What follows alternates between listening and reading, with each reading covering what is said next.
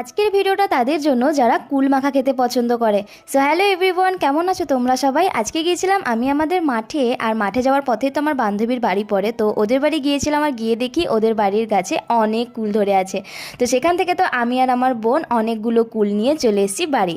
এই কুলগুলোকে করব আজকে মাখা। আচ্ছা, তোমাদের কার কার কুল মাখা পছন্দ কমেন্টে কিন্তু অবশ্যই জানিয়ে যেও। কুলগুলোকে ভালো করে ধুয়ে নেওয়ার পর এখন কুলগুলোকে একটু থেতো করে নিলাম।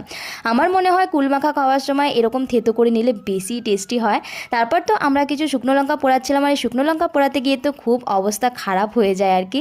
তো অনেকগুলো শুকনো লঙ্কা পুড়িয়ে নেওয়ার পর এর মধ্যে দিয়ে দিলাম নুন। তারপর শুকনো লঙ্কাগুলোকে ভালো করে ডলে কুলের সঙ্গে মাখিয়ে নিলাম। তারপর দিয়েছিলাম এর মধ্যে লেবু পাতা। লেবু পাতা দিলে কিন্তু যে কোনো মাখার টেস্ট কিন্তু দ্বিগুণ বেড়ে যায়। আমার তো ভীষণ পছন্দের, লেবু মাখার যে স্মেলটা আছে না, খুব সুন্দর লাগে।